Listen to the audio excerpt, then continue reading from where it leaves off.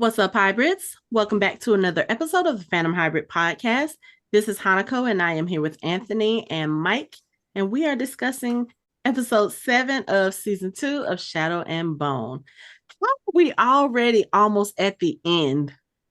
This shit went quick. See, this is what I said. They need to get on this like 13 episode thing because these 8 episode seasons are not it.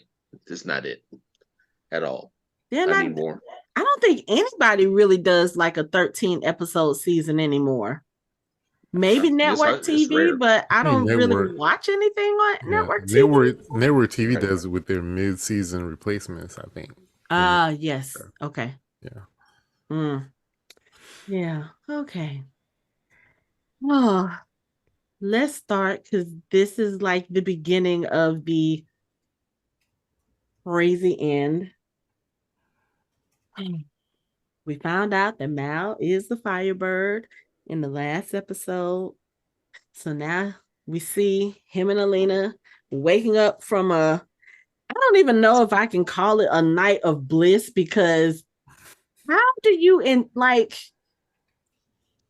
enjoy finally being with the one you love when you have such a heavy burden hanging over your heads? Like, Mal can't even, like, he wakes up and he's just like, the sooner the better, and gets up out the bed. He's like, okay, we got to get this going, because I feel like if he had stayed there any longer, or if he had allowed himself to enjoy that even just a little bit, he wouldn't have had the resolve to go through and be like, okay, look, I'm the Firebird. I have to do this. We got to go. Yeah, see, Mal he can't live in the moment because he knows that, because he's still in the mind frame, like, I gotta die for everything to work out. So it's like he can't even enjoy the fact that he finally consummated his relationship with Alina, because he's like, yeah, oh shit, that's right, I gotta die. Mm-hmm. And not only that, you kind of have to do it quickly, because other than that, at some point, Kirigan is going to find out, which we find out, or rather I should say Mal finds out not too much later that Kirigan knows, because Kirigan comes to him in one of those astral projection visions, whatever. I was like, this dude. And yeah, because he's like, hey, we fam. I got you. I'll be like, you ain't got shit. He's like, oh yeah. Yeah, that's how we found him. Y'all family. He know now. He can just, oh, there's my cousin. Right. Just pop over like our relatives usually be like, hey, what's up, cuz? What you got to eat here? Where your fridge at? Like, no, man, get out of here. Go on somewhere. Damn. But Kirigan does it in the most invasive. Like, first of all, can I please get a copper tub like the one Mal is in? Because if that tub can fit his ass all the way, I need that tub in my life. Yeah, that's a huge tub. Like that's like a trough. It's like you can feed 5 horses off that motherfucker. Like, damn, that's just huge. Like, Mal's like 6'3", 6'4". It's like he was like down in there. His knees weren't even up. I'm like, what are you in? That's like a little wading pool. Like, how do you have an above ground copper wading pool in the damn bathroom? And he can't even enjoy it. Last night, probably the last day that you're gonna be able to get in a hot bath. This is an orphan from Karamzin. When Alina first arrived at the little palace, they were like, "Oh, she smells like she hasn't taken a bath." Mal is probably like, oh, let me just relax. This last one little time before I have to go off into the sunset.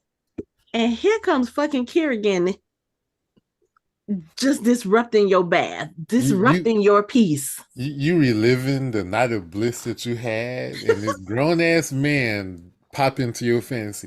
It's not like Kirigan could have knocked on the door and said, "Excuse me, can we talk for a second?" No, he's just gonna pop in the fantasy. No, his ass is like Kramer in fucking Seinfeld, just like, hey. Like, goddamn, what the fuck? Poor Mal. But I know Mal was looking like, what? He was like, no, out. And Kirigan was like, oh, you really think you in control of this? I know Mal was like, God damn it. And we family. Whoa. Can't never get rid of him. But I will say this for Mal. For someone who knows he is about to die and knows why he is about to die, and this person in front of you being part of the reason that you now have to die, Mal, let me tell you, Mal don't never go off. He never goes half-cocked. He sits there with the same calm talking to Kirigan. And just the little digs he takes at Kirigan. Do you see the changes in Ben Barnes's face when Mal says certain things to him? It's kind of like he's playing it very subtle, but you could tell Mal, it's like Mal sticking a knife and just twisting it. Oh, yeah, you have nothing to lose because you have nothing. Oh, yeah, and it's not gonna take too long because guess what? We both ain't got that much time because you're dying. The Merzos is killing you. When he said that, Kirigan's face was like, damn, you ain't have to do that. You ain't have to say that. He was like, yeah, you would die with nothing and I will die in her arms. Kirigan was like, man, fuck you. that's all he got, man. Fuck you. That's all he got. Because Mal ain't bothered by him at all. And he was like, there is a way out of this. You could just leave. I'm like, have you not been paying attention this whole you think I'm stupid? Series? You think I'm stupid enough to really believe that you just gonna let me and her walk off into the sunset? The third amplifier and your sun summoner, we supposed to be okay? Oh yeah, y'all can go off into the sunset. Hi. Or maybe he was just telling Mal to hide. Like, yeah, he was just talking. I think he was just talking to Mal. Let me have Alina. You can still live your life. Man, please. Then Mal came back. He was like, yeah, I mean, I left early once before, when the Volker get ready to tear your ass up, but they didn't do a good job. Right. I ain't leaving again until I see that shit. Right.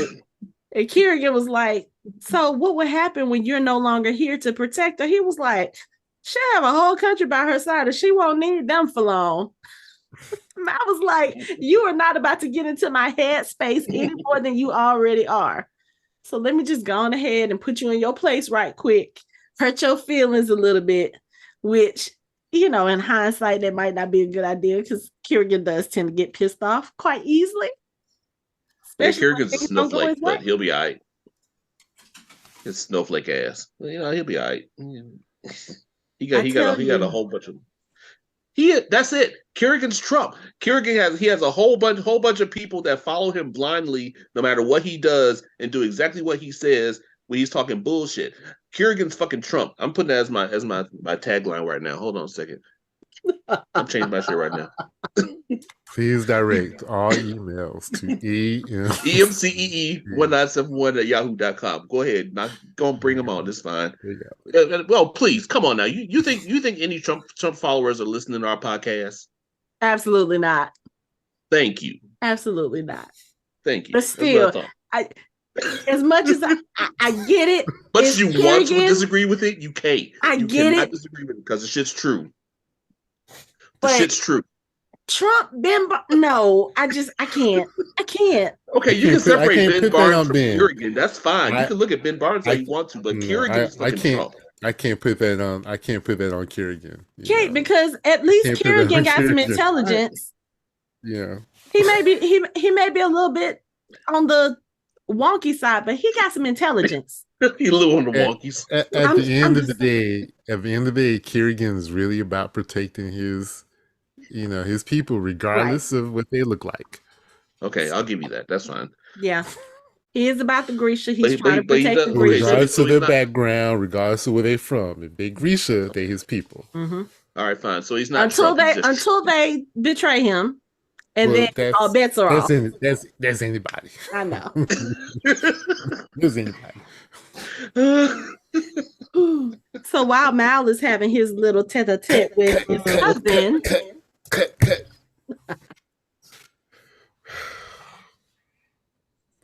Alina is in the war room with Nikolai, who is trying to formulate a plan because, as we saw, Kirigan is at the fucking orphanage. And I'm like, I was really hoping they wouldn't do what they did in the books, and they didn't, and I'm glad because Kirigan got quite violent at the orphanage in the books. Wait, did he go all Anakin at the did he go He like did not. Anakin and Youngling? I don't think he did anything to the kids. He was supposed to. He went there with the intention of killing the kids, and I think I want to say some Grisha got the kids out because they kind of knew he was headed that way, because he was basically putting those, him and Alina were having those conversations, and I think he kind of inferred to her that he was going to go to Karamzin. I do know that in the books he did torture and kill Anakuya, the orphanage headmistress. He did torture and kill her. I don't think he got to the kids though, but I was like, I don't want to see him, as much as I know his character's bad. I don't need to see him torture and maim nobody. We get it.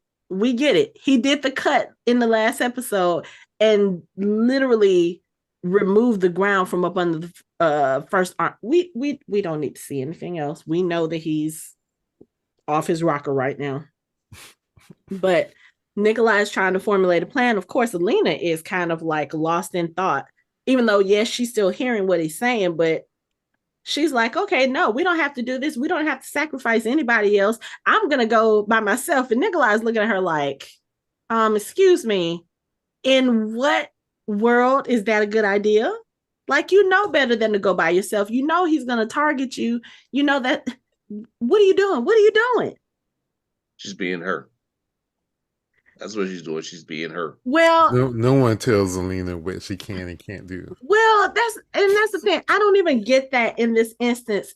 In her mind now, because, one of the things that they've always told her, that Bagwell has told her, that, even David was telling her, this is going to have a cost, and up until now, I think in her mind, she's always been like, okay, well, if it gets rid of the fold, if it reunites Ravka, if it saves people, yeah, I'll pay the cost.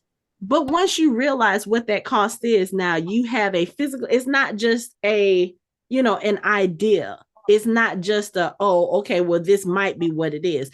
No, now you know that the cost of what you are trying to achieve is that you have to lose the person who means the most to you in this entire world.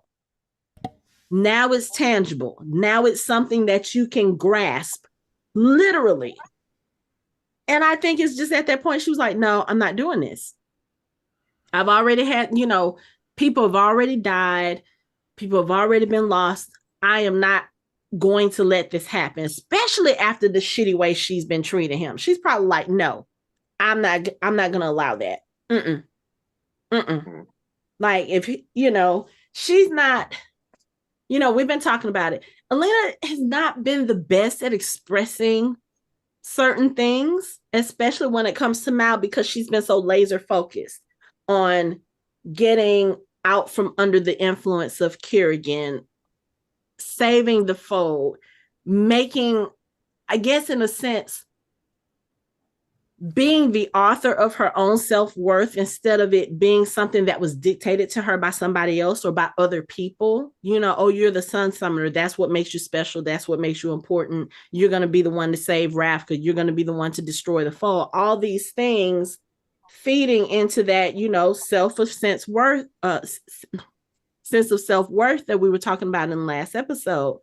Now it's kind of like, okay, I have to do this on my own terms. I have to do this for what's important to me. So if that means I got to go face Kirigan, maybe I can kill him and then Mal won't have to die. I think really that's kind of where her head is. She's just like, okay, how can I achieve this without him having to die? Do I have to go kill Kirigan? Do we have to kill each other? Okay, if that's going to be what balances things, yeah, I'll do it. The only problem is she said this shit out loud to someone who knows her, who has become a very close friend, a trusted confidant. And he was like, I'm going to call you on your BS and I'm going to raise you on what the fuck is this about? And so when she has to tell him, okay, y'all know me, I'm a sap. I cried a lot in this episode because I was just like, no, like she's really feeling the weight of what she wanted now. And she even says that she was like, if I hadn't have been so focused, if I had stopped, they kept telling me that there was a cost. I just didn't know it was going to be him. I mean, I don't want to say too little too late, but hindsight is 2020. Mm-hmm. Mm-hmm. But that poor child, she's just so heartbroken. And Nikolai is like, he's comforting her and he feels bad. And at the same time, it's kind of like he's got all these thoughts in his head because of everything that's going on. Like now he knows, okay, you know what? Mal is going to have to die. She's going to be alone. Mal even says as much to him later on when they have the conversation. He was like, when I'm gone, she's going to need somebody to stand by her. And Nikolai was like, yeah, I'll make sure that the whole of the country is behind her. We got her back. And Mal was like, just make sure you deserve her. I told Mike before we started recording, I said that was probably the hardest thing Mal has ever had to say ever. Mm-hmm. Ever. Like, yeah, I understand you cool. We cool. But I know that this is where this is eventually going to lead. And if it can't be me, But the other thing, and I touched upon this I think it was the last episode. Again, I like the fact that they did not make Nikolai and Mal like these antagonistic, jealous, Lover rivals. Yeah, I really like that. Like when Nikolai walks up to talk to Mal and they're just standing there reflecting, the moment he walks up and stands next to Mal and doesn't say anything, Mal is like, so she told you. I mean, because at this point, Nikolai is one of her closest friends. And Mal ain't stupid. Mal knows that Nikolai got some feelings for him. I mean, for Alina. For her, yeah. Yeah. And, she might kind of sort of have feelings for Nikolai too. I don't think it's on the level of what she feels for Mal. But I mean, Nikolai has been a great friend to her. He has been a gentleman. He has been there to have her back, even when she was going to make, decisions that weren't good. He was the one to stop and say, hey, this is not what you need to do. And she listened, but to have him also be a friend to Mal, like when he says that, he looks at Mal, he gives Mal a hug. I was like, this is what we need to see. We don't see too many healthy friendships amongst men, let alone rivals for the same person's heart.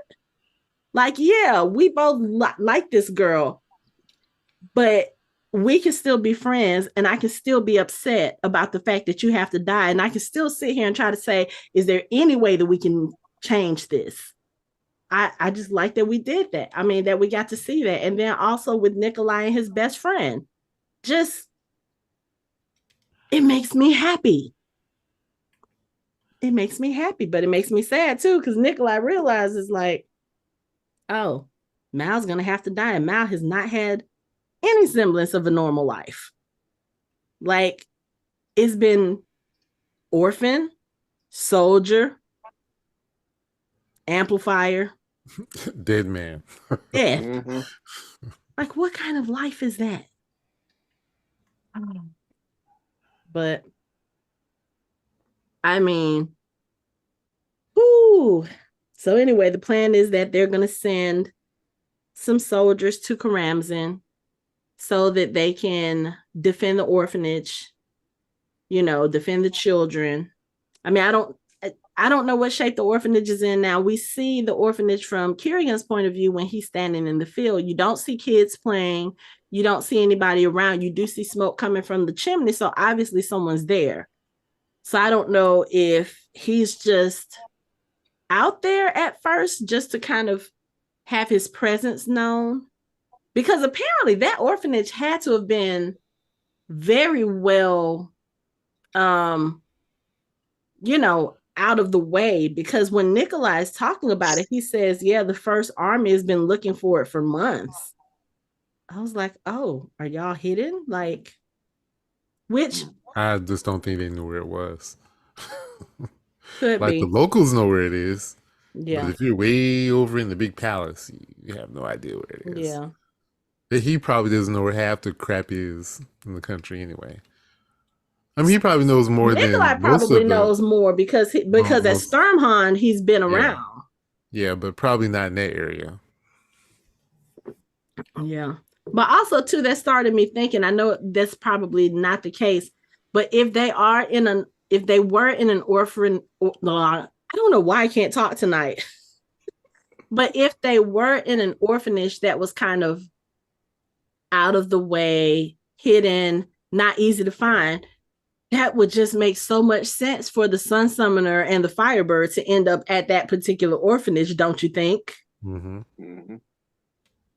Just So, like Bagger said, just like there's too many coincidences. Like how do you think you keep finding her and kept being drawn to places where she was going to be? There's a reason. mm-hmm. So Even in his flashback, his memories that morning when he's waking up with her, you see some of the many times when he has found her, like the scene in season 1 when when she went up to hide after she got berated by the chef, and he was like, I found you. She was like, yeah, somehow you always do.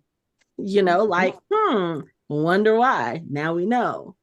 But and it's always been that case. Like Bagger said, how did you walk past 3 orphanages and then end up at this particular one? And then we still don't know, like, we know nothing about Alina's parents. Like, how did she end up in that orphanage? We know her parents died. We know her parents died in the fold. Like, was she brought there? Was she, like, did her parents know she was great? It's just, I feel like that kind of opens up discussions or, questions about other things that are quote unquote coincidences in regards to Alina and Mal. But yeah, but I see don't think we this is ever. like I think this is just it's kind of a trope in like science fiction and I guess young and YA literature where there's like the young heroine or the young antagonist has a mysterious past. They're dropped off somewhere for someone else to raise them, and then they become more important to everything than they already know. It's kind of tropish, but it's like because it's just like Ray in the last trilogy. It's like nobody knew what the hell her background was until the last movie. So it's And like, boy, and you what a kept having, background she had. yeah, no shit. So it's like, yeah, I'm actually kind of interested to see that too. I'm wondering what kind of light is going to shine on everything, but it's like, it's just like the whole thing with Mal finding her and her being who she is and how she got to where she is still, this still kind of follows the trophy line. Yeah. But anyway, we'll come back to the heartbreaking Also, folks. okay, so when they took off with that boat going toward the orphanage, all I heard was Admiral Akbar like, it's a trap. I was like, oh God, don't do this. Like y'all, what do y'all not like? Ugh. I was like, y'all flying like in the air, clear line of sight to anybody when you're going to the orphanage, and it's like then all of a sudden there are fireballs coming at you. Hey, where'd those come from? Oh my God, it's the Grisha down there. How did they know? Yeah, I thought that was a little too easy. I mean, it makes Like shooting sense. fish in a barrel. It was they, they're just he knew they were gonna be overzealous. Like as soon Yeah. as they know where we are, they're gonna come for us. So But I think he also knows Alina well enough too. Like when he's walking through his camp and Vladim is telling him about the three Grisha who he amplified with the rest of Bagger's bones. And he's talking to them about what their mission is. And, basically he's like, your only mission is to kill the king. So right now we already know Nikolai is in danger. Then Fruji mentions Mal to him. And again, I feel like this chick, the way, like, I know she's supposed to be like rough around the edges or whatever, but I feel like the way that she speaks to Kirigan sometimes.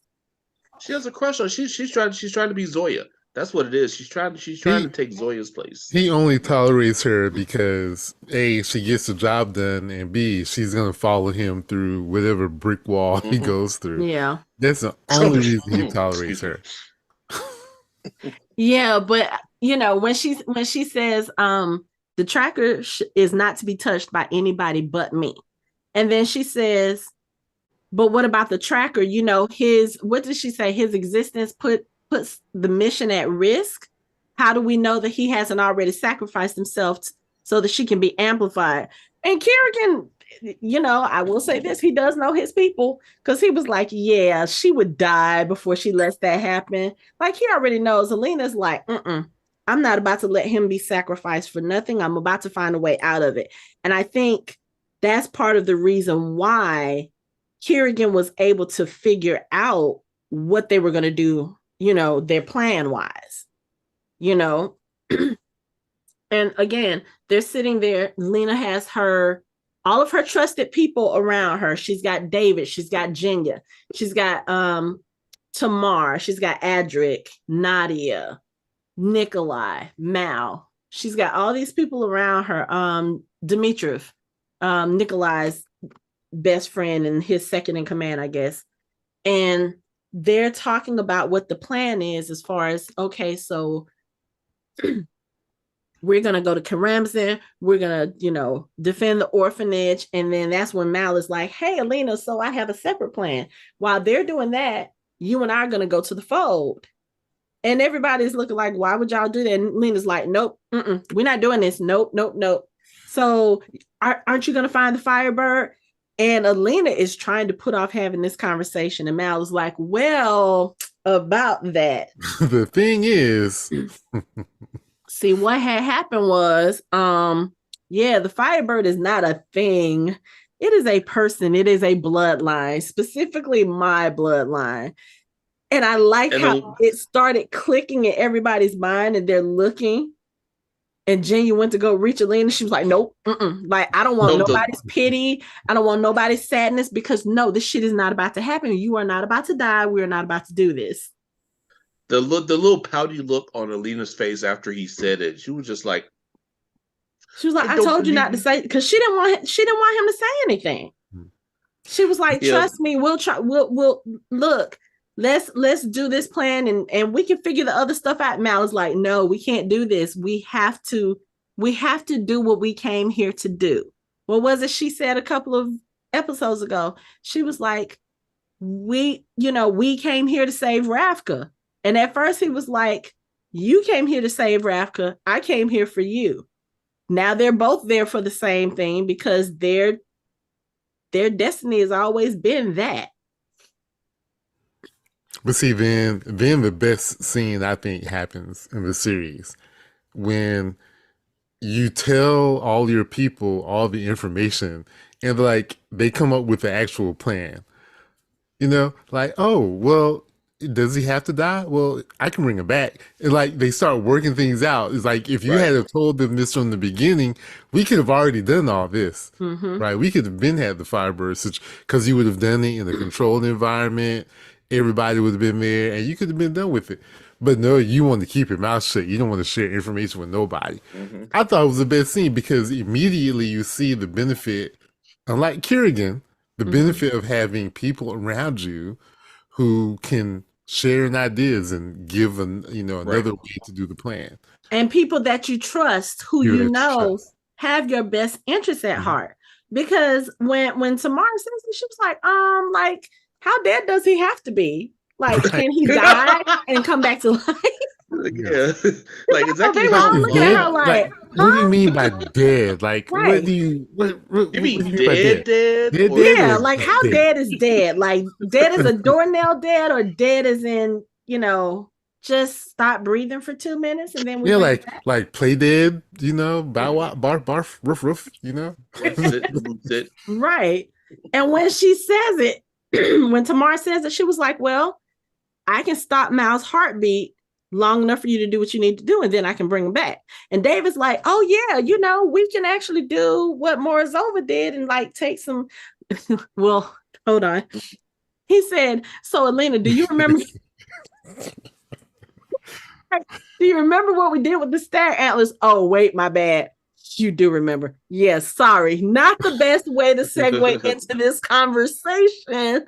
But it's one of Miles' bones, like a pinky bone. We can create the amplifier that way. They can bring him back. All is well. You guys can live happily ever after. And for a moment, I was really starting to feel hope, even though I know what happens in the books. I was like, no, that hey, you should know better. That's some short-lived yes, hope. Like they the can first plan never fool worked. Kirigan. The people Yeah, I let myself hope for about 2 minutes.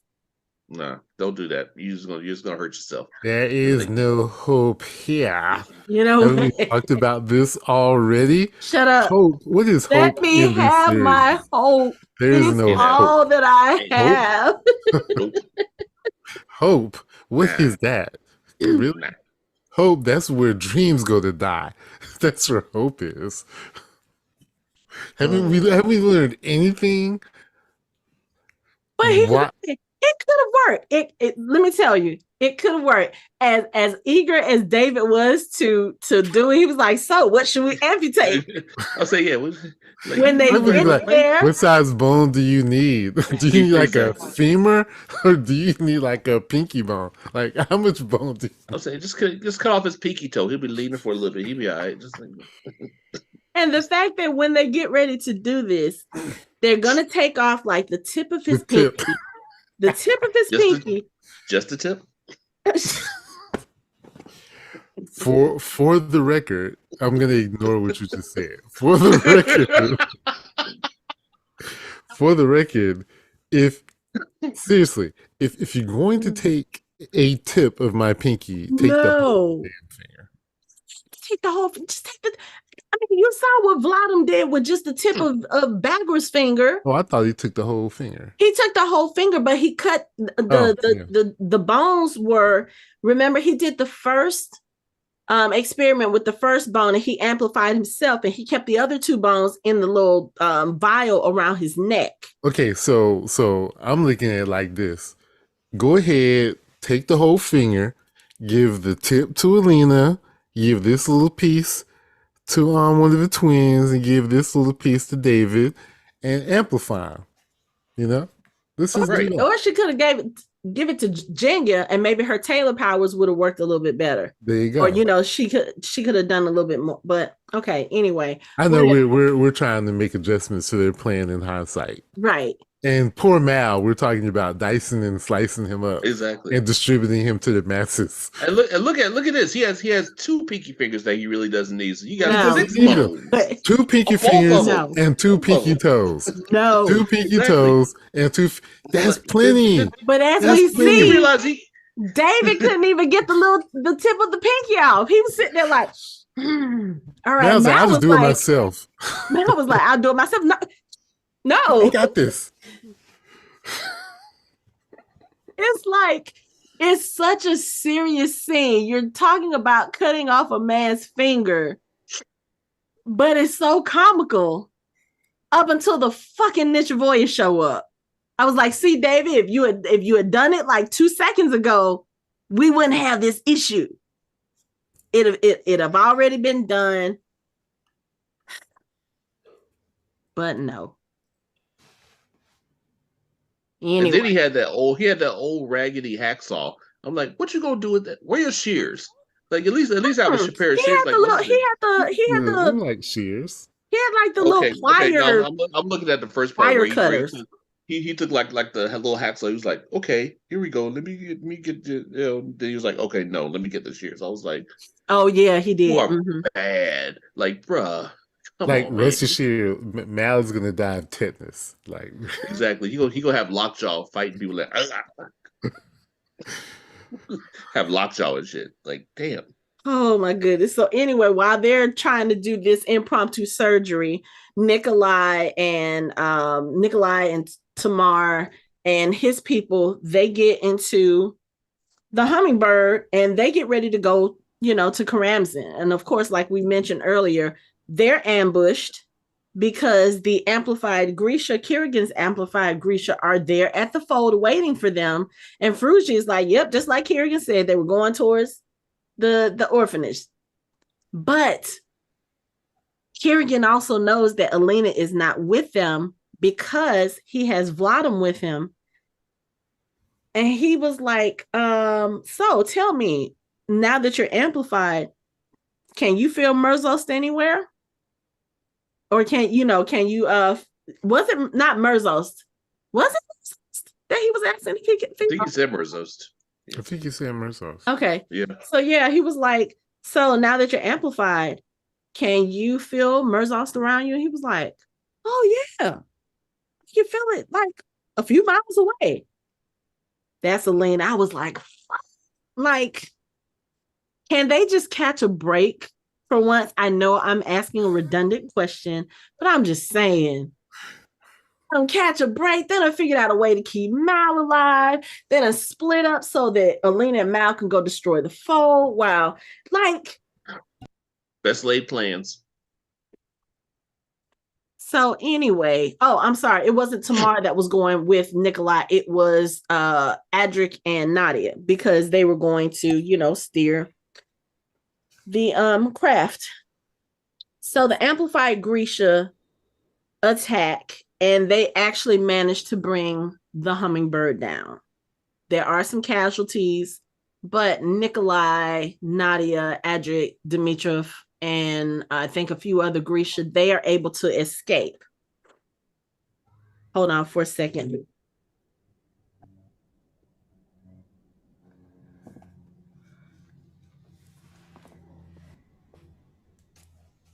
So they're in the forest, trying to run back towards the camp. And they're like, oh, okay, well, we got a good head start. The Grisha can't track us. There's a lot of trees in the way. Nikolai happens to pull out his little scope and he looks and he sees the Grisha off in the distance. He was like, yeah, we're good. They can't catch up to us. So the Grisha who got amplified, they have some major powers now. Specifically, Vatra, who is a Squalor? Okay. No, she's the one. Yes. I keep wanting to go into airbender terms. She's the firebender. Oh yeah. But Inferni. Yes. She makes quick work of the trees. And then of course, the Squalor. Didn't the Squalor help her? Like yes. They did it together. Yeah, they basically all did this together. So she basically she burned down the trees. He used his wind to put out the fires. And now they have a clear path. I was like, Nikolai is already hurt because he's limping. They're having to help him. Nadia has a dislocated shoulder. So she's not really much help right now because it's not like they can sit there and assess their injuries. They're on the run. And now they realize Grisha are like super powerful. Nadia was like, how the hell are they so powerful? Yeah, about that. Mm-hmm. So while they're on the run, heading back towards their stronghold, Alina, Mal, David, and Jenya, They're trying to do impromptu surgery. And here comes the fucking Nichavoya. Just barging in, no knocking, no whatever. Just, hey, I'm Surprise, coming in, I'm about motherfucker. to kill y'all. Oh, and tomorrow. So they all have to split up. And I was just like, this is not going to end well. Then we find out that the Nichavoya and the Grisha are just a distraction. Because Kirigan is like, yeah. See, what I'm about to do is I'm about to get into the fold. And I'm about to use my little powers. And not only am I going to expand the fold, I'm going to expand the fold specifically so that it covers where you are halfway. So the Volker can get to you. So y'all have nowhere to run. He's basically like, yeah, I'm bringing the fight to you. I'm about to end this. I was like, you know what, Kirigan, your mama didn't slap you enough as baby. Like, Maybe she slapped him too much. I was just like, and the crazy thing is, and you hear this like throughout, what he said, his conversation with Mal earlier, and just his general mindset, he still feels like if he gets rid of Mal, will eventually be with him. Like, she's just gonna be like, oh, nobody else is around, so I guess I'm just gonna be with you. Not to mention that you just did all of this stuff, you've killed all of these people, you disfigured my friend, she's still supposed to go be with you. If he's playing the long game, that's fine. She'll get over it. Let me 50, tell you, 60, ain't that much getting now, over in the 100, world. 120 years from now, she'll come around. She'll be fine. Yeah. He's over 400 years old. You don't think he's loved and lost before? She'll be all right. Yeah, she'll have to go through like 2 or 3 husbands. She'll be all right. She'll be right. Probably, yeah, she'll be fine. She'll be right back to you. No. Absolutely the fuck not. Hey, forever's a mighty long time. It really is. A long time. See, and now Kirigan's the pimp. He's like, forever's a mighty long time, baby. Come on. You gotta come to me sometime. I did say you were probably going to do that for the rest of the season. I can find examples everywhere. It's fine. I'm just gonna pop in with it. Don't worry about it. Just keep going. You're fine. Man. Anyway. So we have trouble on the outside and on the inside because Nikolai and his people are on the run from the Grisha, and now Alina, Mal, Tamar, David, Jenya, and everybody who's on the inside, they are now having to duck and dodge Nichavoya and Volkra. Now, David has been working on these bullets, and if I'm not mistaken, I think he started developing these, and they're like, what did he say? Phosphorus. Yeah. So I was like, oh, okay. So he's using the same type of bullets they use in the underworld. Great. But he gives Mal some phosphorus bullets, and they do seem to make an impact in the Nichavoya. Of course, not long enough to keep them down, but at least enough to give them a running head start to get away from it. It looked like it was just enough to piss him off. It's like it hit the Nichavoya, and Nichavoya turned around was like, the fuck? Right. So now you have them going in different directions. You've got Mal and Alina going to one end. You've got David and Jenya going to another. You've got Tamar going to look for Nikolai because they realized that Nikolai's, the hummingbird was down. They saw Nikolai and the rest of his people coming back. But at the same time, that's when they noticed that the fold is moving. So they're like, oh, we got to go save him. So everybody's scrambling at this point. You got Nichavoya attacking, you have Volkra attacking, and you have Mal and Alina fighting them, which, okay, I will say this. Am I the only person who felt like Alina was not using her powers enough to fight the Nichavoya and the Volker? Like, you've got First Army being slung right and left. Not just First Army, the Grisha, some of the Grisha that's there too. The Volker is like tearing people to pieces, flinging them in the air. And Mal and Alina are just running. I'm like, Alina, use your power. Which, I don't know. I guess she figured if the Nichavoya were there, Kirigan was somewhere close and she didn't want to give away her position. But still, people are dying around you. Like, Yeah, don't give her that much credit. I really don't think she was thinking about it. Yeah, I mean, I'm surprised. I mean, because she was basically like taking pot shots instead of doing her expanding globe of sun summerness that would have like encompassed them and kept the Volcro away, like like Because she it did. also but you know saps what? her. It also saps her too. Like, I was just it about to takes a say lot that if out she's of trying her. to save her energy so that they can still do what they need to do and get rid of the fold, then yeah, she probably was saving her energy. But anyway, like I said, Mal has the phosphorus bullets. He is firing them at the Nichavoya, and then at some point his gun jams. And the Nichavoya tries to take away Alina. Mal is able to stop it, but then of course it looks like it's about to come in for the kill. And then who shows up?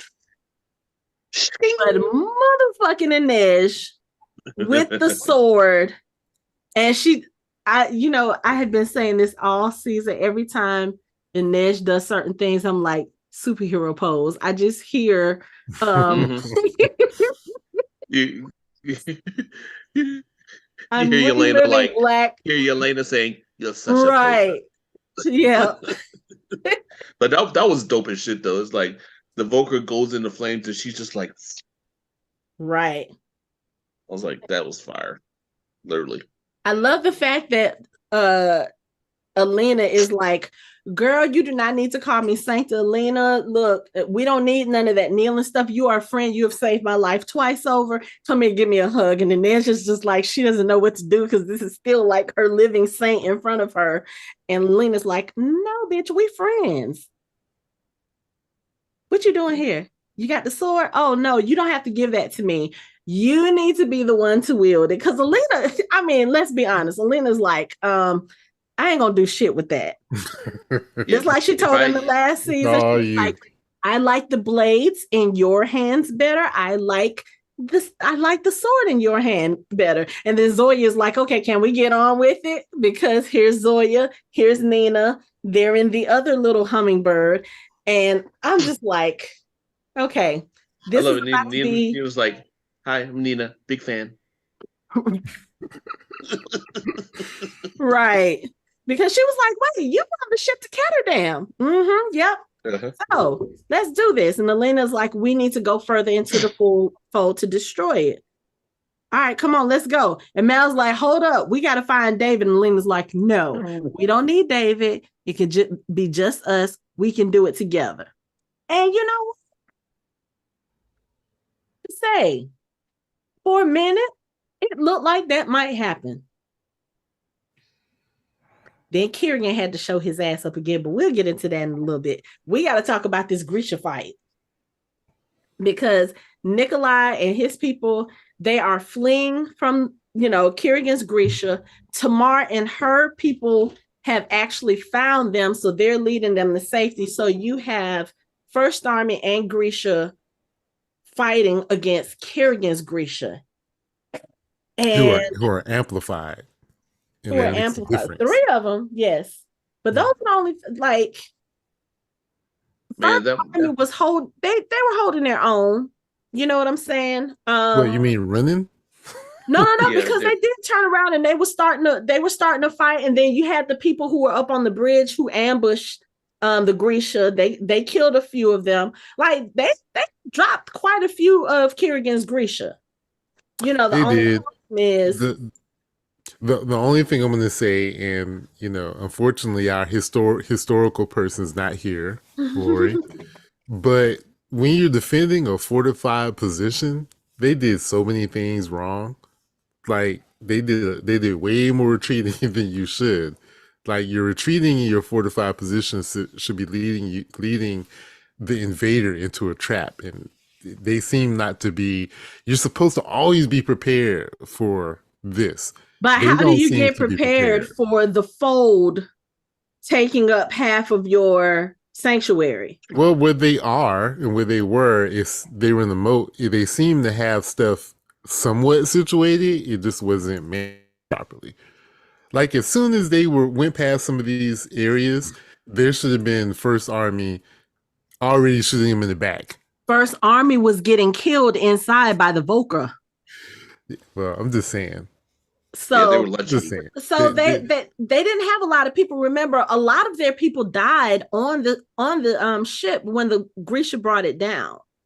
It So couldn't have only been that many half. people. Those hummingbirds are not that big. It couldn't have been that many people on there. That was another issue I had. This is totally off the subject. It seemed like there wasn't a lot of First Army there to begin with. But that's, That's because they were defending Karamzin, and then Kirigan kind of took them all out. took the ground from up under them. So yeah, there's probably not a lot of First Army left. So you have a handful of soldiers here. You have a handful of Grisha who are fighting on Nikolai's side. And again, they have those three amplified Grisha. Like Tamar is amplified. These three Grisha make her look like she doesn't have an amplifier. Like she was holding her own as best she could. But that dude with the wind, he just basically did a couple of hand moves and she was like flying way across the air. Like they really didn't have much. Wasn't much they could do because you're fighting it on two fronts. You realize that the Grisha is coming after you because they're trying to pin you in. And again, you have the fold that's, closing in behind you. There's not too many things that they can do. And then when more First Army do come, they are attacking the Grisha. They are killing most of the Grisha, but then you still got these three superpowered folk who is just running amok. Like you have a Grisha who controls water, and she literally starts pulling water out of the soldiers and shriveling them up like, I don't know, like they were in the Mummy. Yeah, I realized they were killing a lot of them. Yeah, they were killing a lot. Yeah, they did. And they pushed them back to, they pushed them back to where the gate was. And then, of course, they closed the gate so that Nikolai and his people couldn't get out. So they effectively trapped them. And then, of course, they're trading fire back and forth. And then Fruji starts coming with the ice attack, which, yeah, that was cold. That was cold. Ice. That was cold. You know what? I didn't even think about that. Let's go.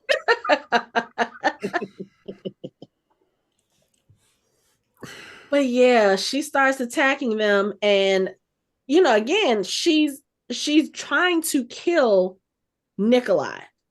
They can't get to the cliffs because there's 4 Grisha there. And that's when Dmitriev, he comes over and he's like, look, we can't escape out this way. It's gonna be an ambush. And as soon as I saw those 4 and the way that they were looking like they were waiting for danger, I said, somebody about to come and fuck them up. I was not expecting that it was going to be Tolya, but when he came around that corner and started fighting, I was like, yeah, y'all done fucked up now. Mm-hmm. Y'all done messed up now. Then, especially when his necklace opened up and he knew his sister was in the vicinity, he was like, oh no, I got to get to my twin. Y'all in the way. He made mincemeat of those Grisha. Mm-hmm. Then was like, let me go find my sister. But while he's doing that, Fruji is still attacking the rest of them. And as they, as they try to get away, Dmitriev falls, protecting Nikolai. And I was just like, okay, this is the moment where Nikolai is going to be like, he's going to start charging. Thankfully, he did not do that. was like, Yeah. yeah, okay. We have smart people in this group because, anytime we see something like that happen in another show, movie, whatever, that person, who was it? Oh, what's his name from the Wheel of Time? When Karini got killed, they're trying to steal Logain and he starts going after him. Same thing with Star-Lord and Thanos. Star-Lord. Mm-hmm. Yeah, it's like that emotional reaction. I was almost ready for Nikolai to do that. And he didn't. I was like, okay, cool. He's smart. He's like, yeah, this shit would not work out for me today. Going charging against these Grisha, that's not gonna happen. Man, I knew I was kind of hoping against hope that the general would make it a little bit further. But it's like when they were talking, like at the beginning of the show, he was like, "Remember when you took a bullet for me?" I was like, Yeah. "That's knowing you." Yeah. Right. Later. Like you give us these nice characters to like, and I mean, he was so supportive of Nikolai. He was, you're the king that Ravka needs, and just basically being the supportive BFF and protector, and then he gets killed. I was like, oh. And then he got like a lot of those things in him because he has what I'm looking at him now. He's got like 10 of them in his back. Yeah.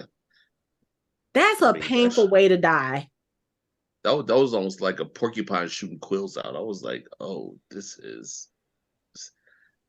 And then it's like, I mean, I felt so. It's like everybody running. I was just like, it was. Oh, that's kind of scary too. It's like, like it's gonna kill you, then it's gonna melt away. It's gonna be nothing but little bitty holes left where it pierced you. It's like, damn. Mm-hmm.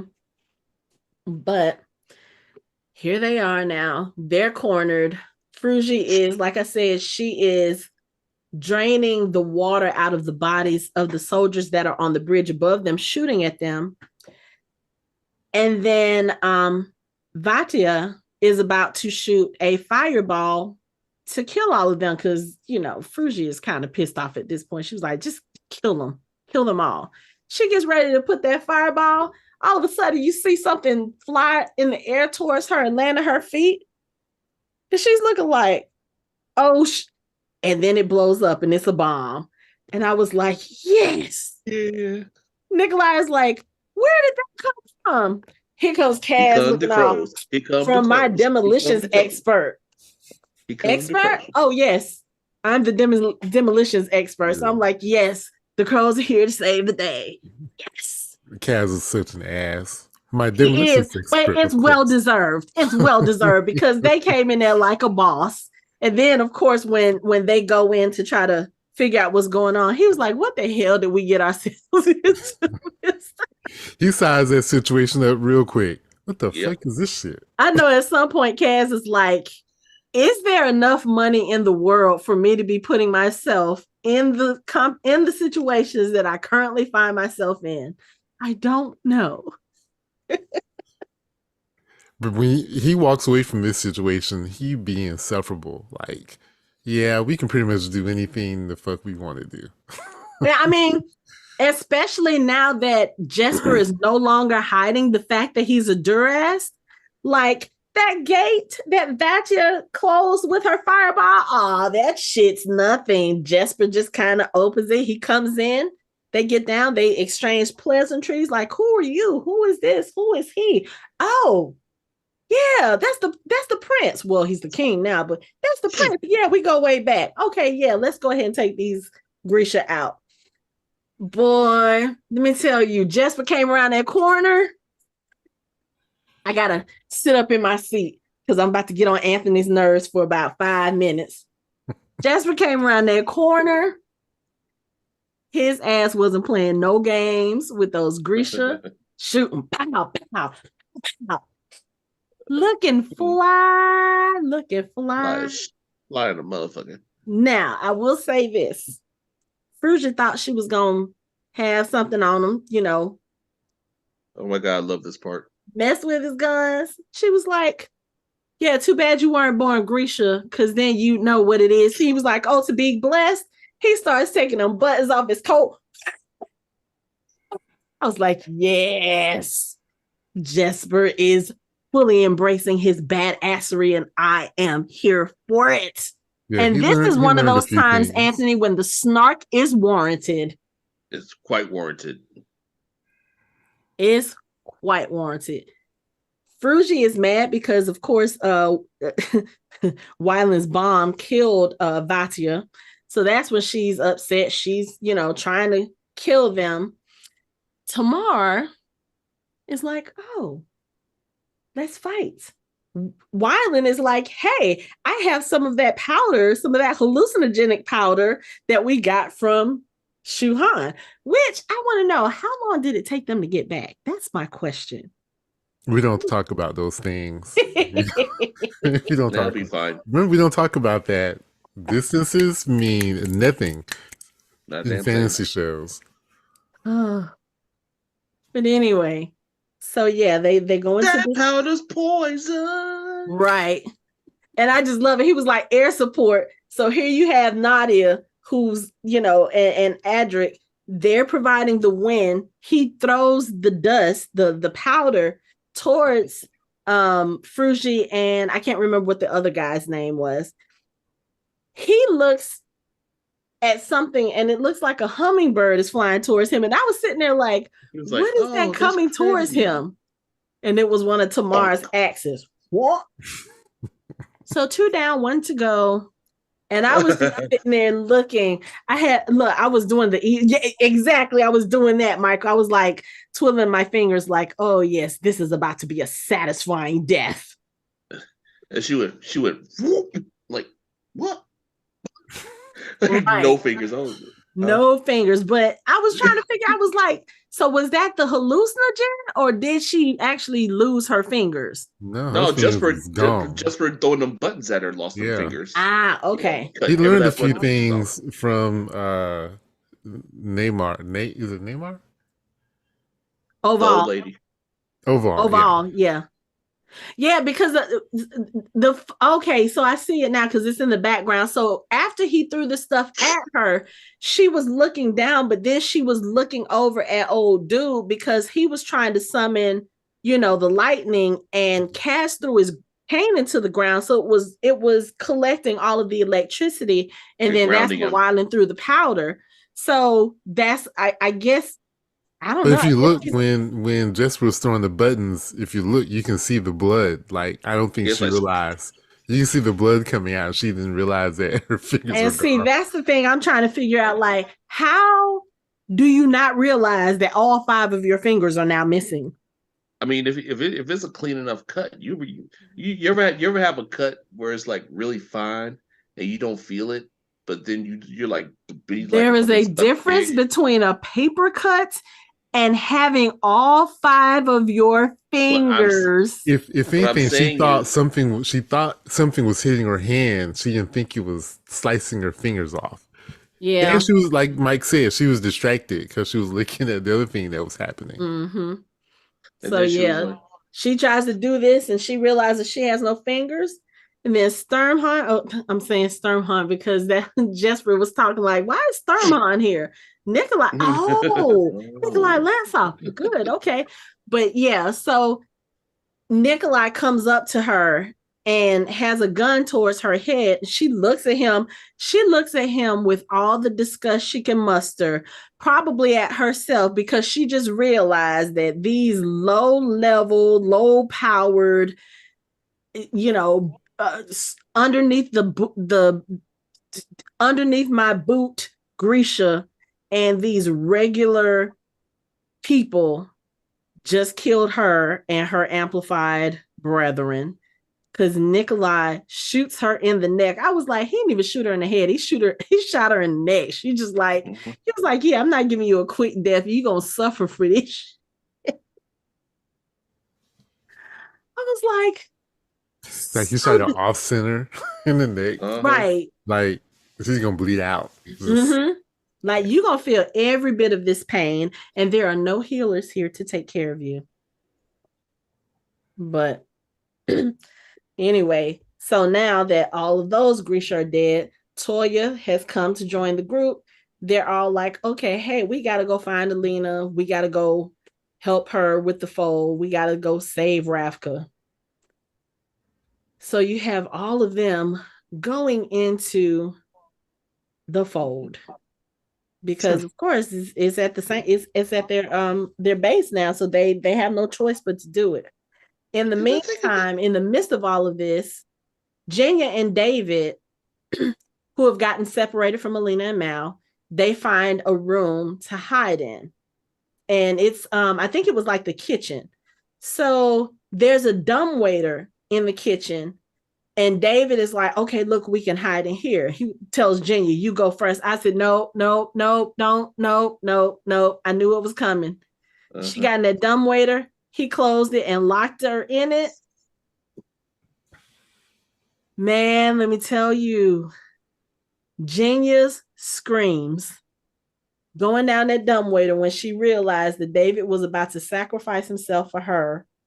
I guess in a sense to kind of do the same thing she did for him when Kirigan came with the Nichavoya. He was like, okay, you saved me once. Now it's my turn to save you. Her screams, when I tell y'all, like I said, I was emotional this episode. I'm sitting there crying right along with Jenya, like, David, you're not right. You're not right. You ain't no fighter. Get your ass in that dumb waiter. Don't do this. Don't do this.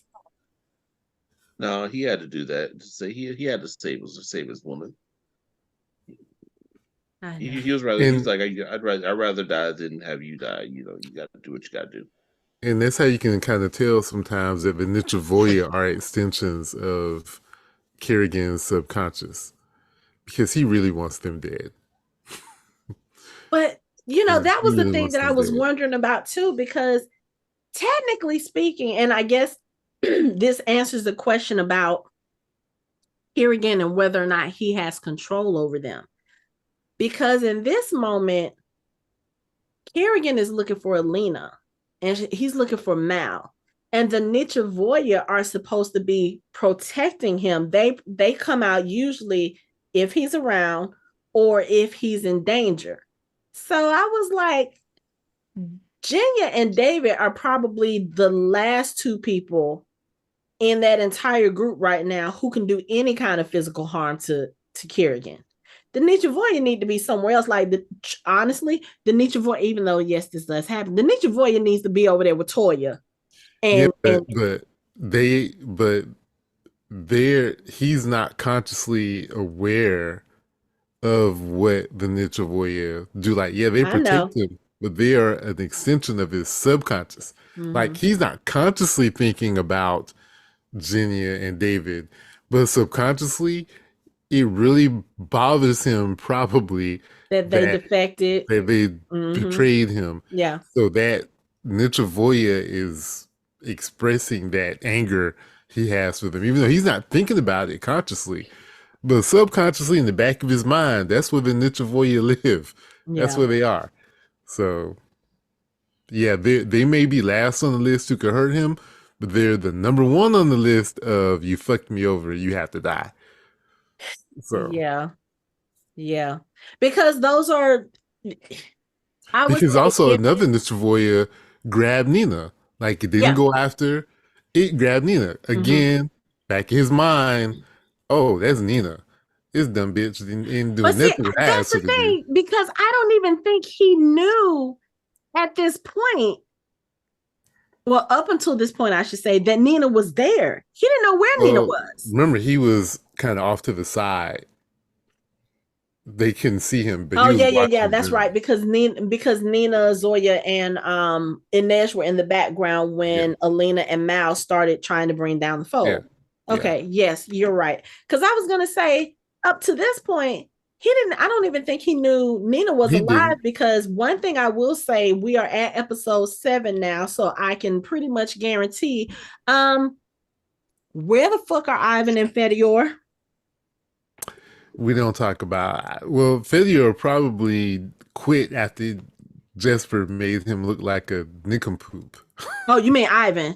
Because remember, Fedior was the one who went to go retrieve Matthias. I mean Ivan.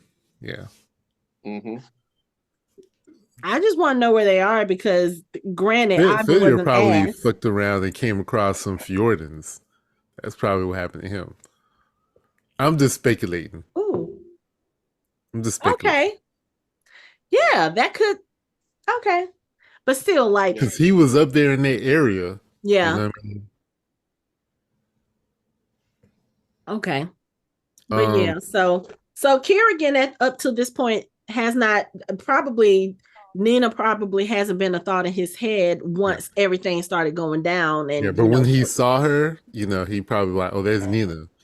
Back his mind, I need to take care of that bitch. yeah, because she's standing on that side with them. Yeah. I'm surprised Yeah. the Ninja Boy didn't grab Zoya too, Right, but because I think Zoya. So yes, Nina left, but Zoya actually defied him because when they were on the skiff last season, once she saw what he did to Novosibirsk, she started fighting against the other Grecians. She was trying to get the skiff away so that all of that happened. So I think but I don't did know. he I know feel like that? But did he know that she was doing that? mhm, Did he? yeah, Okay, I have to look. I don't know. yeah, because he was like, Zoya, what are you doing? Yeah, Zoya But was like, again, that could have been something he may have expected from Zoya, but he wouldn't have expected Nina to not be on his side. maybe, yeah, That would be more of a betrayal. Right. yeah, That's a David Jr. level betrayal as yeah. opposed to Zoya, who was already half crazy. He knew, you know, you know what I mean. Yeah, I mean, well, that's what happens when you destroy a town with somebody's family and you got her sitting there in front row seat. Yeah. Yeah. Somebody that's been in your confidence, somebody who has been in your bed. And Yeah. that's what you do. Yeah, of course. Yeah. Yeah, I'd be going batshit yeah, crazy too. yeah. Anyway. But the Nina thing probably he wouldn't have expected her. Like that was more of a surprise. Like, oh really? She's with them? Mm-hmm. This Yeah. I'll take care of her. And the Ninja Boy is like, bet. Right.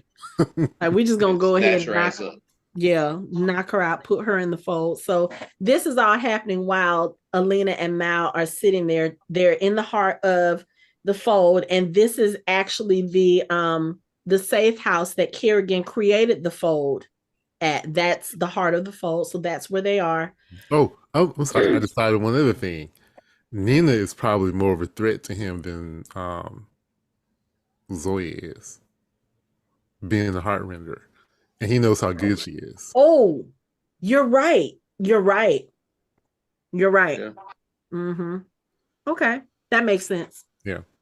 Because I was like, why would it? Oh, okay. Yeah. That makes a lot of sense. I didn't even think about it like that.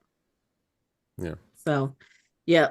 But anyway, Alina and Mal are sitting there. They're doing their touchy-feely thing. She's got her hand on his heart, and he's starting to amplify her. And you start to see the fold is starting to kind of dissipate a little bit. And then, of course, Kirigan has to come in and fuck stuff up because, of course, he opens his mouth, throws away her, blows her concentration. And then the Nichavoya shows up. Mal, who has by this point, unjammed his gun, he shoots the Nichavoya while Alina and Kirigan face off. Now, Kirigan tries to use the cut to take down Alina and Mal. She uses her own cut with the light, which is something that she has been trying to do. And she's able to stop him. And not only stop him, she cuts him with her light. But at the same time, his cut pierces Mal in the same spot. That's the I knew it thing. as soon as I saw that smile she had on her face. I was like, oh no, see, I know there's something else. Mal got hit. I was like, Mal got hit. As soon as I saw her, I was like, yeah, I did it. Like, oh no. Mm-hmm. But if you watch it, you can see him get hit. Yeah. Yeah. Yeah. But yeah, so this happens. Mal gets hit, Kirigan gets hit, the Nichavoy is coming in the back to and Inej, Zoya, and Nina. Well, Nina is gone. and Inej and Zoya turn around to get ready to fight, and then the episode goes off. So y'all really gonna make us sit through a cliffhanger till the next episode to see what happens? Okay. Yep. But they're going, Mal, speak to me, stay with me, stay with me. I have a question. This whole time, she's maintaining a bubble of light. Alina is maintaining a bubble of light this whole time, and it doesn't go away until she goes to Mal. Like the bubble of light around him is still there. Like she's maintaining that. Well, so I feel like just like she did on the skiff right after she got the sea whips amplifiers, like she can maintain that light to a certain degree. And even when she was on the hummingbird, she was able to start dissipating the fold just on her own. At this point, she's already started doing that because Mal was amplifying her. So she probably has good control over it at the moment. But as you can tell with everything going on, it's not expanding at that point. It's just kind of holding still. Trying to keep the Nichavoya at bay, which of course we saw this a few episodes ago. The Nichavoya can actually move through her light bubbles, probably because of the fact that she and Kirigan kind of share a little bit of each other's powers. But I think she can hold it on her own. Now, would she have been able to destroy the fold on her own like that? Let's say her doing the cut like that and hitting Kirigan, let's say if it had killed Kirigan, which at this point we still don't know because the episode ended. So we don't know, like right now, Mal is unconscious. I'm going to assume that Kirigan is probably similarly unconscious, if not dead. So we don't know if she hadn't have run to Mal, like if she had tried to hold steady to try to take care of the foal herself, she may have been able to do a little bit more just on her own steam, but she probably wouldn't have been able to destroy it altogether. I really feel like Mal's probably going to have to die for that to happen. And of course, now he's over here gravely injured. She's probably going to have to make a decision.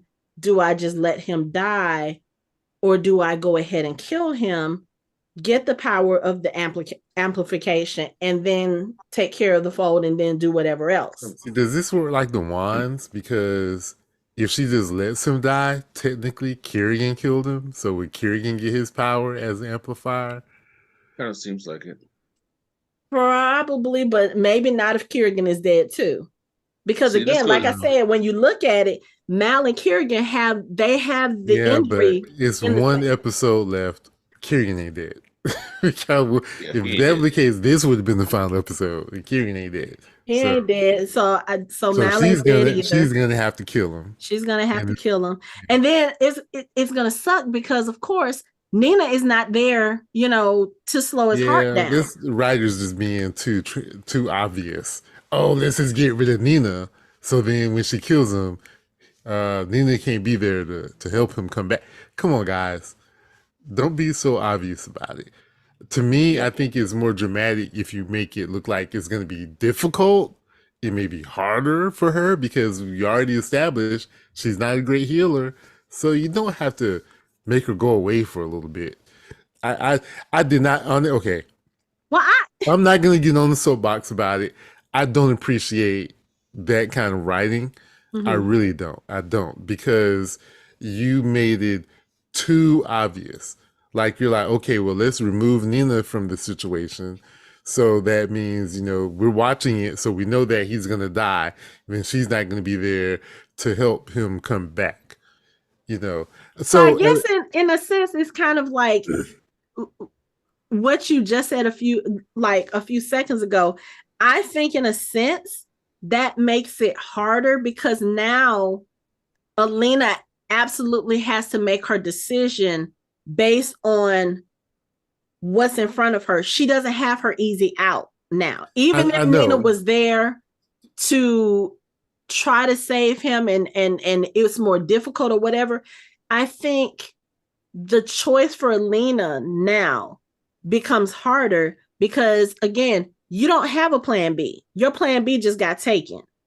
Right, I So agree with now you. you It's have just to make a decision. I just don't like the manufactured I tension know. because it would have been the same if Nina was right there with her. It's still a tough decision to put a knife through the man's heart. You know But what I mean? it's even Regardless of tougher when it's tougher when you know you have no recourse for this decision you have to make. Like once this knife goes in his heart or once you kill him, that's it. There is no, oh, we're gonna stop it for 2 minutes and then bring him back. well, see, I'm gonna go back to say something, and you're gonna be like, "See, I told you so." Nina's presence gives her hope, and kill him with that hope that he's gonna be able to come back, and then Nina can't.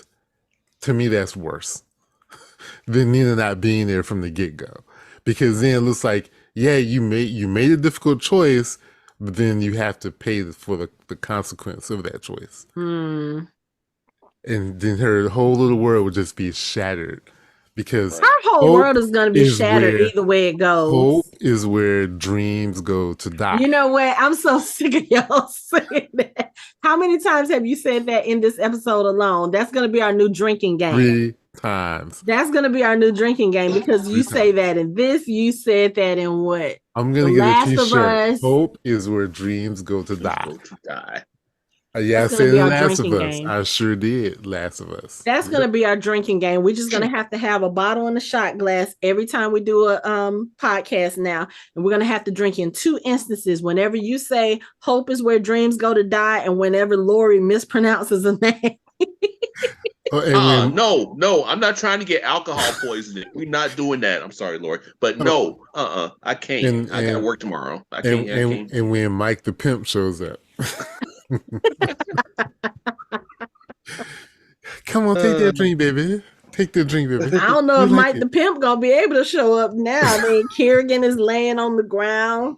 Mal is laying on the ground. There'll be more opportunities. Yeah, I'm sure. It's like, I mean, there are plenty of little love things around that I could probably pimp down. Pimp down. I'm sure. So we'll see if left. Nina's still alive, if Mal is still alive. Well, we know he's gonna be. You know he's gonna. He's alive at least for. He's on the ropes. I was gonna say him and Kirigan will both be alive for at least the first 15 minutes of the show. Now, anything after that, I don't know. Yeah, and I think Kirigan's plot armor has been decimated, so his time may be numbered too. His time was numbered from the time he walked out of the fold and couldn't get rid of those scars. Like everyone has been telling him, the Merzos is killing you. When your mama decides that it'll be better to kill you than to let you continue. Yeah, like, dude, you're done. Your plot armor is on a time. His plot armor is done. Yeah, he's on a time level. He's on a timetable. But we only have 1 episode, and then as of right now, we do not have any news on a renewal. We know that there is an attempt, or there is a story in place for a Crows spinoff that they are trying to get greenlit. I don't know if that would take the place of Shadow and Bone 3 or if they would do those 2 shows concurrently. I have no idea. Well, see, Netflix is notorious for doing spinoffs of shows. Like they did one for The Witcher. They did one for that. They did 2 for The Witcher, actually. Yeah, they did one for like the Army of the Dead. Like they did 2 for that one. I mean, they're quick to do a spinoff of something. So I wouldn't doubt it.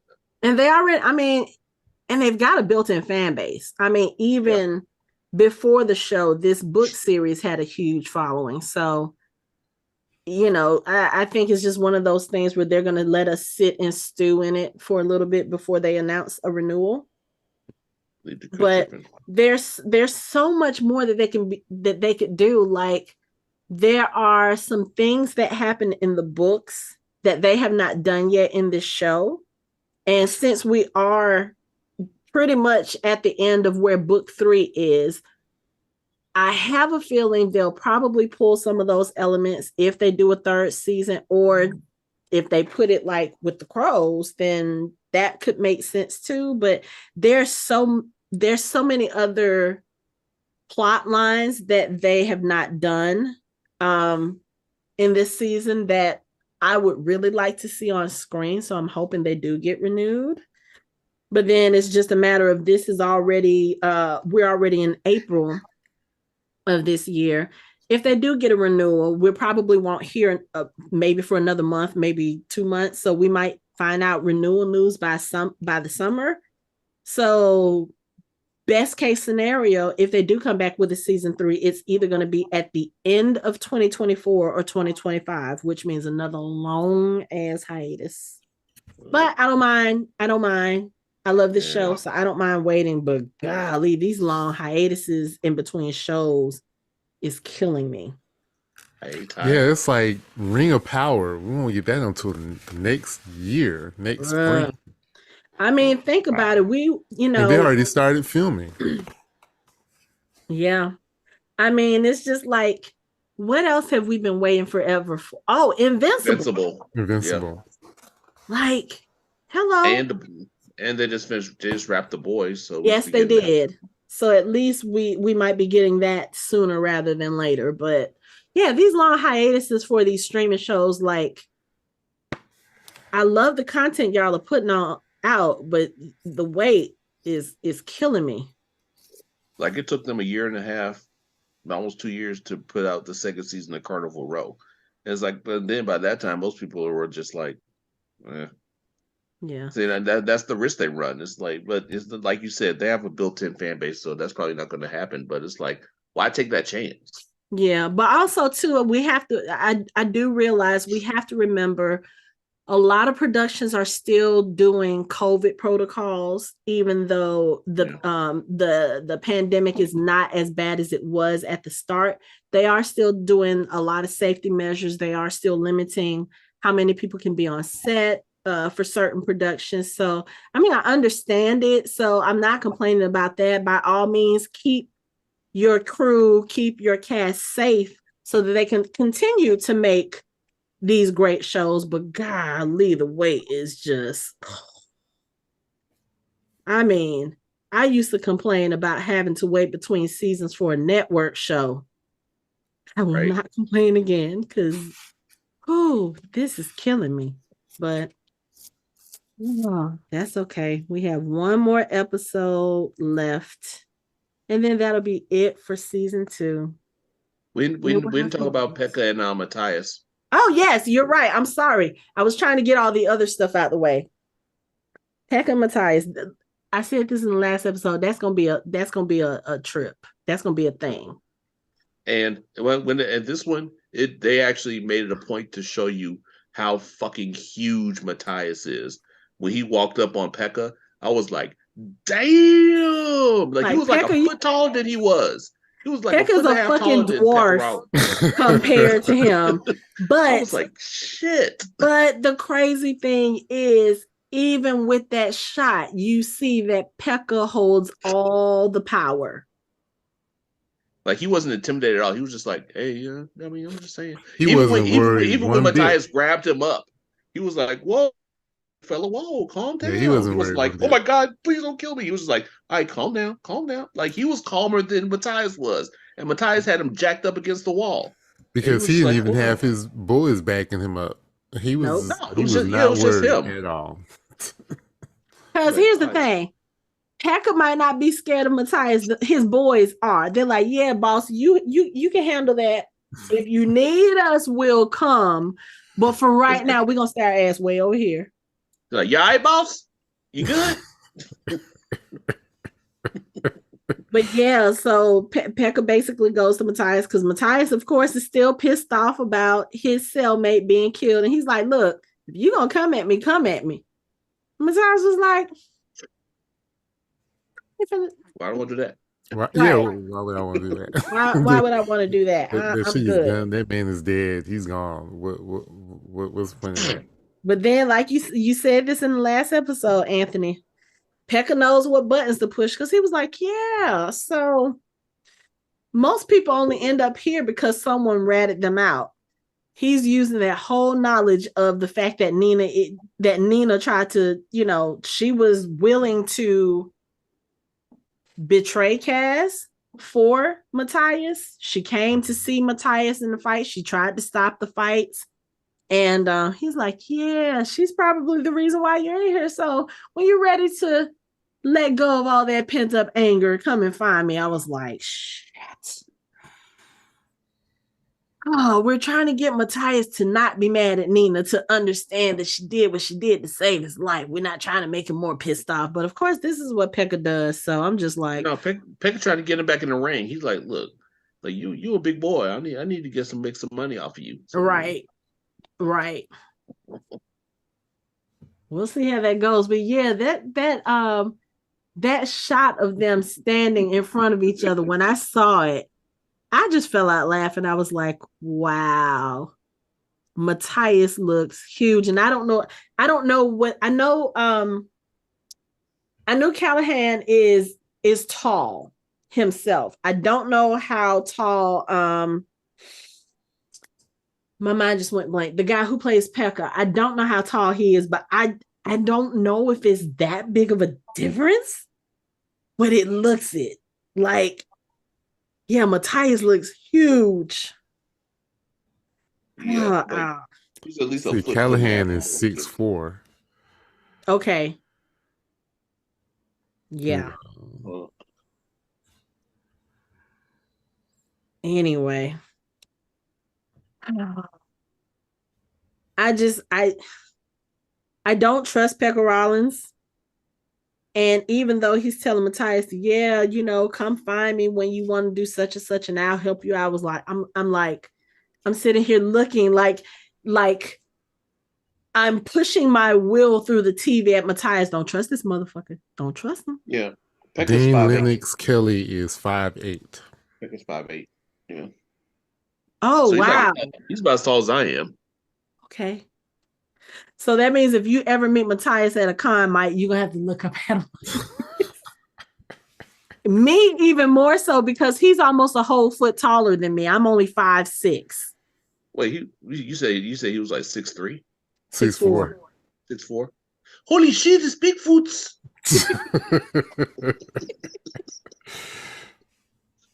Oh, goodness. You guys have any last thoughts about episode 7? It was the appropriate amount of action, the appropriate amount of Jesper snark. Yes. And, the pacing was pretty good, so it was good. I still have an issue with the Nina situation, but I understand why they did it. I just think it wasn't necessary. It was too obvious. Right. But yeah, I gotcha. It is what it is. Shout out to. Go ahead. I was gonna say shout out to the Grisha making in their little strategic circle where they were edging towards the other guys, like shoot, like and they were grunting too. I'm like, does the grunting help the wind, or is, like why y'all grunting? Like they just had to make some noise. They were adding to it with the breath and whatever. I was like, y'all are y'all oh, like is that what that was? I thought they were. I was like, y'all cues now. Y'all like, oh. I was like I'm intimidated. Sure, why not? No, I would like to say that I am just happy that Anthony is finally embracing Jesper without hate because I am editing one of our Wheel of Time episodes now, and we actually referenced this show. I think Lori said something about Shadow and Bone being the holy grail of fantasy shows, or the golden standard. That's what she said. And Anthony took her to task about that, and he mentioned how much he hated Jesper. So the fact that you're like, yeah, there's just the right amount of Jesper snark, and you've actually been a little complimentary about him in most recent episodes, so that makes me happy. Okay, I'll take that. Yes, progress. That's exactly. Okay. He's a badass. You will come to like embrace it at some point. But for right now, I'm happy with your progress. That's right. Why does it sound like a therapy session? Because it is. I'm trying to get you to see the light. And how did liking Jesper make you feel? No comment. Is no comment. No comment. That's okay. We'll leave you alone about the Jesper love for now. We'll dress is pretty snazzy. That's cool. Yeah, shout to Jesper rocking the kilt. I mean, Jesper's wardrobe is always top notch. On point. Always on point. Look at that. I was like, all right, then Jesper, shit. Like the whole ensemble, like the hat, the vest, and like the jacket with the kilt. I was like, shit, that's pretty fire. I like that. Yep. So, all right. I guess that's gonna be it for this discussion. We'll just have to wait and see what happens in the final episode. We're already. Yeah.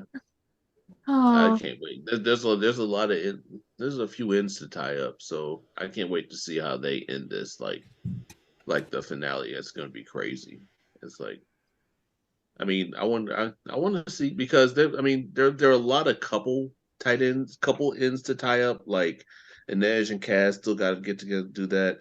Then it's like we got to figure out what to do about Mal and Alina, or Nikolai and Alina, and then it's like there's so many things that they have to kind of conclude that they're really gonna have to do a good job of making it tightening it up.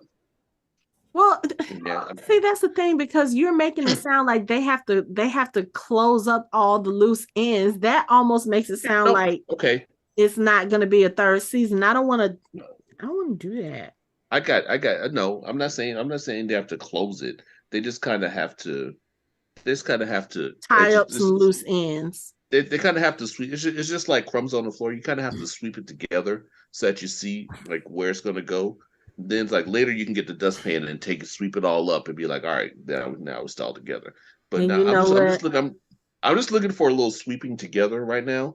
I can get the dustpan out later, but it's like I gotta have my crumbs together first. Sounds like he's calling the show trash, but Really, dog? I'm really, dog. I'm the one that's on the Just for Fan Club. You're the one that's still dissing him. How about I the one that hates the show? How does that work? And after Anthony's disrespectful comment, that's it for our show. You can find us online at www.fandomhybrid.com. We are on social media on Facebook, Instagram, and Twitter at Fandom Hybrid. You can chat with us on our Discord channel. You can watch our videos on our YouTube channel, and you can listen to us on all major podcast streaming platforms. Thanks for listening. We hope you join the conversation next time.